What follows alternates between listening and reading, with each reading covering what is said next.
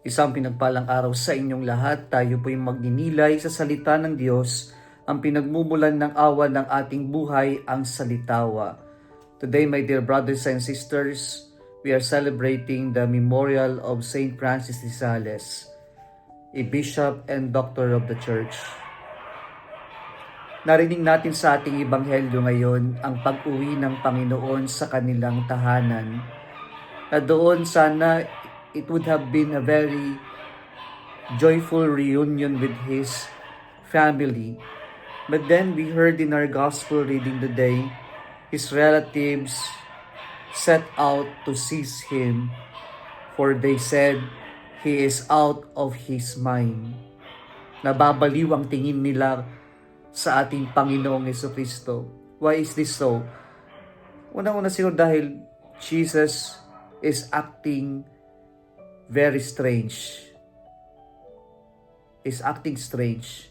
Why? Because of his so much passion to be with people, to help people, to teach people, to preach the gospel, that he had no time for himself even to eat.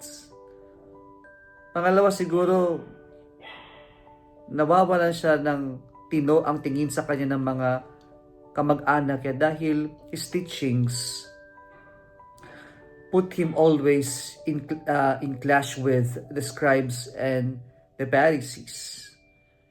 And they heard that Jesus loves to be with the despised of the society, the tax collectors, prostitutes, the sick, all these kinds of people that are considered despised, outcasts in the society. But then Jesus did not mind this. He was not actually affected by this. Even if his own blood, his relatives considered him to be out of his mind.